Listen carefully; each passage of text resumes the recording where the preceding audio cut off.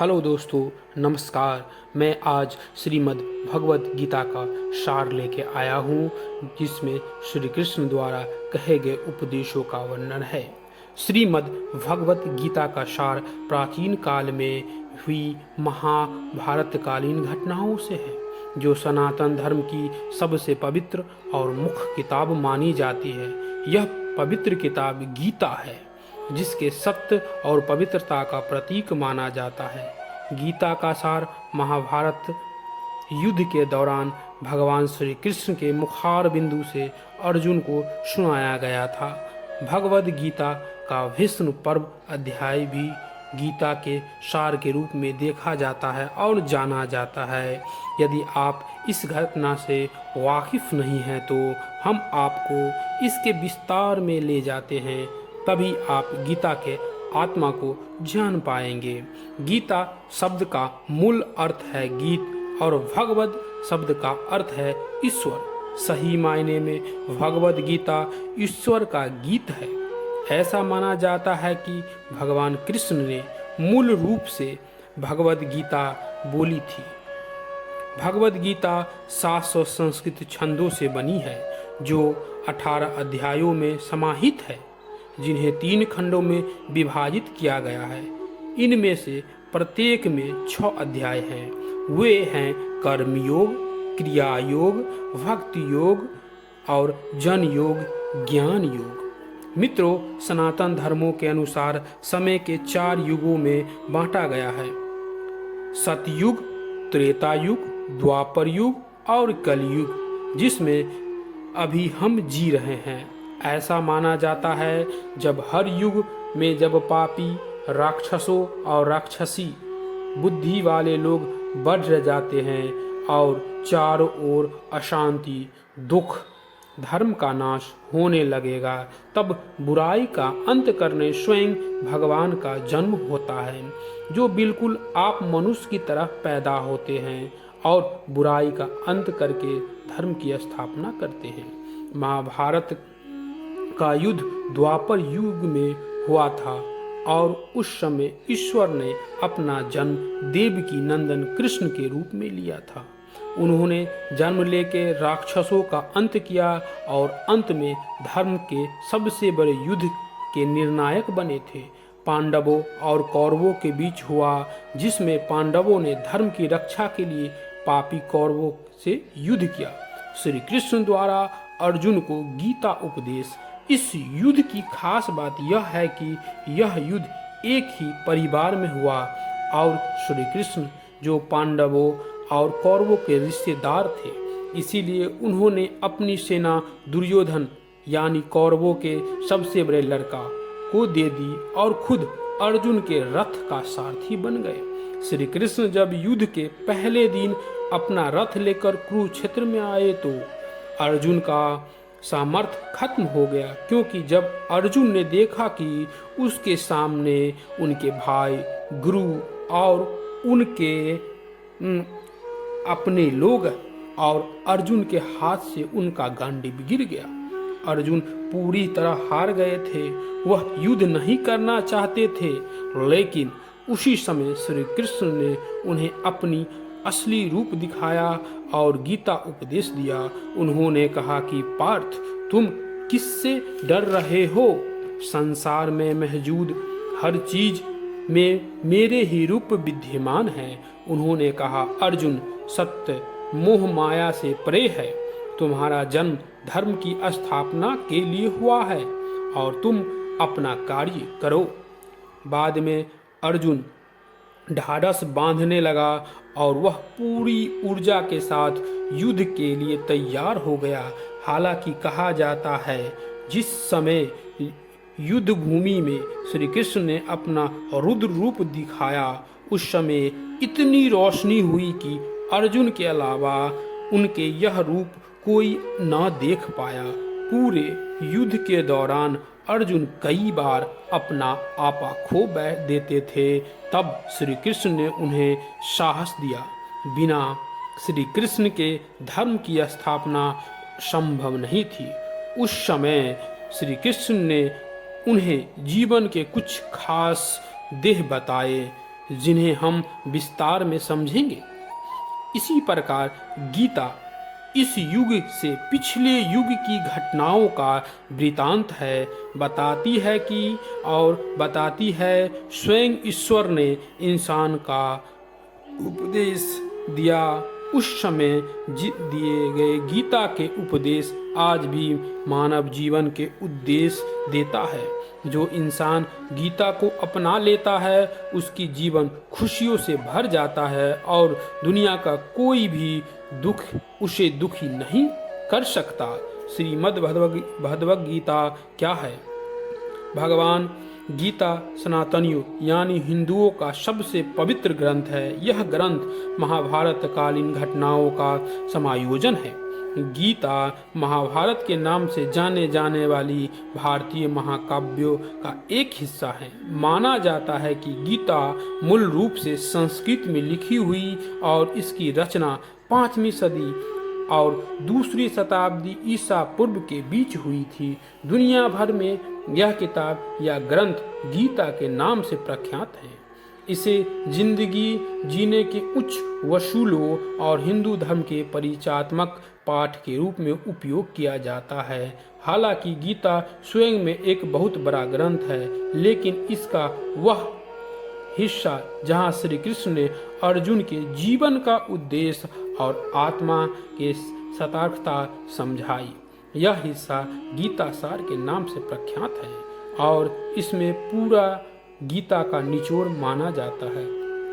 श्री कृष्ण बताते हैं कि अर्जुन को एक युद्ध के रूप में अपना धर्म कर्तव्य को पूरा करना चाहिए। अपनी व्याख्या में श्री कृष्ण कुल योग के 4 शास्त्रीय विद्यालयों की चर्चा करते हैं, जिसमें पहला है ज्ञान, जो ज्ञान का मार्ग बताता है, भक्ति जो भक्ति का मार्ग बताता है, कर्म जो कार्रवाइयों का मार्ग बताता है, राजा जो ध्यान का मार्ग बताता है। श्रीमद् भगवद गीता में इस योगों की व्याख्या करती है और उसे परिभाषित करती है।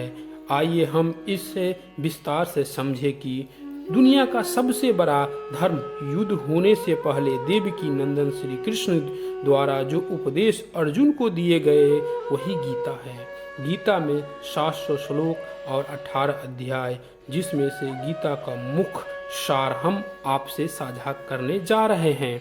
मैं और तुम कौन हो? जब श्री कृष्ण अर्जुन को उपदेश दे रहे हैं तब श्री कृष्ण ने अर्जुन से कहा कि यह ज्ञान है जो मैं तुम्हें दे रहा हूँ। सर्वप्रथम मैंने इसे सूर्य देव को दिया था। इसी बात पर अर्जुन के मन में एक सवाल उठता है। वह श्री कृष्ण से कहते हैं, आपका जन्म तो अभी कुछ समय पहले ही हुआ और सूर्य तो देव है, वह तो ब्रह्मांड के परिचालक हैं, फिर आप उन्हें कैसे ज्ञान दे सकते हैं? अर्जुन की इस अबोधता को देखकर श्री कृष्ण प्रसन्न होकर बोले कि हे पार्थ, तुम और हम कभी अलग नहीं थे। मेरा और तुम्हारा कई बार जन्म हो चुका है, लेकिन तुम्हें याद नहीं, पर मुझे याद है। हमारे शरीर के भीतर आत्मा अमर है, वह कभी मरता नहीं। दूसरी बात, धर्म की रक्षा हेतु अवतार। जब अर्जुन को इस बात का ज्ञान हुआ कि श्री कृष्ण कई बार जन्म लिए हैं तो उनके मन में फिर सवाल आया और उन्होंने पूछा, प्रभु आप जन्म क्यों लेते हैं? आप तो संसार में मौजूद हर वस्तु में हैं। इस पर श्री कृष्ण बोले, हे अर्जुन, जब तुम धर्म कमजोर होता है और समाज में संसार में धर्म की हानि होती है, तब मेरा निर्माण अपने आप होने लगता है और मेरा जन्म हो जाता है। फिर अर्जुन पूछता है क्यों? तब श्री कृष्ण कहते हैं, जब भी पृथ्वी पर पाप का स्तर बढ़ जाएगा तब मैं लूंगा और मेरा जन्म साधुओं की रक्षा करने के लिए, पापियों का नाश करने के लिए हुआ है। तब तक कि पृथ्वी पर पाप और पुण्य का स्तर को बराबर करके धर्म की स्थापना नहीं करता, तब तक मेरा अवतार पृथ्वी पर ही रहता है। उन्होंने कहा कि युद्ध धर्म के लिए, अर्जुन तुम इसके माध्यम हो, तुम योद्धा हो और तुम्हें अपनी कर्म का पालन करना चाहिए। मतलब कर्म का महत्व और चिंता। जब अर्जुन अपने गांडीव को नीचे रख देते तब वह सांसारिक कष्टों के महसूस कर रहे थे। वह मोह में फंस गए थे। उन्हें लगा कि वह अपने भाइयों को, गुरुओं को कैसे युद्ध कर सकता है। अर्जुन के इस दुविधा को कृष्ण समझा चुके थे और उन्होंने अर्जुन को उपदेश देते हुए कहा कि पार्थ, मेरा और तुम्हारा बल्कि दुनिया के हर प्राणी का जन्म अपने कर्म को करने के लिए हुआ है। संसार का हर जीव कर्म को ही मोक्ष की प्राप्ति करता है। जो व्यक्ति अपने कर्म से बचता है वह दूर भागता है, वह हमेशा नरक भोगता है और कर्महीन व्यक्ति संसार पर अतिरिक्त बोझ के सिवा कुछ नहीं। इसीलिए हे पार्थ, तुम अपना कर्म करो, फल की इच्छा मत करो। तुम्हारा धर्म बताता है कि तुम्हें हर उस व्यक्ति से लड़ना होगा जो बुराई के संरक्षक है। अर्जुन कौरवों की इतनी विशाल सेना देख संकोचित थे और कृष्ण ने इस बात को भांप लिया और बोले, हे अर्जुन, अपने कर्म को निर्वहन करे पर कोई चिंता नहीं करे। यदि तुम यह युद्ध हार भी गए तो तुम वीर गति को प्राप्त होगे और स्वर्ग के अधिकारी बनोगे। यदि जीत गए तो दुनिया में तुम्हारी जय जयकार होगी। गीता में चिंता की तुलना चिता से की गई है। कहा जाता है, चिता के सिर्फ एक बिंदु का फर्क है। व्यक्ति को चिंता मुक्त होकर अपने कर्म करना चाहिए। धर्म को ध्यान में रखकर चलने वाले कर्मशील व्यक्ति स्वर्ग के भागीदारी होते हैं। तुम्हें किसकी चिंता है? श्री कृष्ण कहते हैं, तुमने क्या पैदा किया है जो तुम्हें लगता है कि नष्ट हो गया? तुम इस दुनिया में कुछ नहीं लाए। जो कुछ तुम्हारे पास है तुम्हें यहीं से मिला। जो कुछ तुम्हें दिया है वहीं तुम्हें दिया। तुमने जो कुछ भी लिया तुमने भगवान से लिया। तुमने जो कुछ दिया तुमने उसे दिया। तुम खाली हाथ आए हो और खाली हाथ जाओगे। जो गुजर गया उसकी चिंता व्यर्थ है। जो आने वाली है उसकी भी चिंता व्यर्थ है। जो चल रहा है उसमें रहो। प्रभु कहते हैं, तू व्यर्थ सोचता है। आज मेरा है, कल किसी और का और परसों किसी और का होगा। तू क्यों इतनी जंजाल में फंसा है? तू माया और मोह में अपने दुखों को बढ़ा रहा है। अपना कर्म करो, मेरी तरफ आ रहे, तुझे मोक्ष मिलेगा। अपनी भावनाओं को नियंत्रण करें। कृष्ण कहते हैं, श्री कृष्ण उपदेश में देते हैं, यदि मनुष्य अपनी भावनाओं को नियंत्रित कर ले तो वह सब कुछ जीत सकता है। वे कहते हैं, क्रोध आपको मार्ग से भटका देता है और जो व्यक्ति धैर्यवान होता है वही उत्तम पुरुष और प्रभु की कृपा उन पर होती है। क्रोध करने वाला इंसान भ्रमित का शिकार होता है और उसकी स्मृति चली जाती है, वह विनाश की तरफ चला जाता है।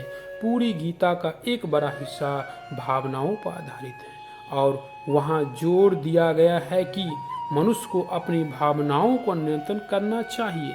गीता आपको शांति देने के कुछ ऐसे मार्ग बताती है जिससे आप चिंता मुक्त हो जाते हैं और आपको आपसे जीवन के मूल लक्ष्य नजर आने लगते हैं। गीता के अनुसार यदि इंसान के लिए सुख दुख सभी प्रकार के अनुभव उसकी भावनाओं पर आधारित होते हैं तो इंसान अपनी भावनाओं पर नियंत्रण कर लेता है। वह लाख दुखों में भी संसार का सबसे संपूर्ण और सुखी व्यक्ति बन जाता है। और व्यक्ति अपना धैर्य खोकर अपनी भावनाओं को नियंत्रित नहीं कर पाता, वह दुनिया के सभी सुख प्राप्त करके भी दुखी होकर हीन भावना का शिकार होते हैं। गीता के अनुसार अपनी भावनाओं को नियंत्रण करने के लिए श्री कृष्ण कहते हैं, सात्विक भोजन अपनाएं, अर्थात हरी सब्जी, दूध, फल इत्यादि खाए। दूसरा, मदिरा पान तथा अन्य व्यंजनों का त्याग करें। ब्रह्म मुहूर्त में उठे और उठने का प्रयास करें। ध्यान और योग करें। तामसी और राजस्व भोजन का त्याग करें, जैसे मांस, मछली, अधिक तेल वाले भोजन, जंक फूड आदि वसा वाले भोजन का त्याग करना चाहिए। रात्रि में जागने से बचें। दिन में के उजाले में आए और प्रभु का भजन करें। धन्यवाद दोस्तों।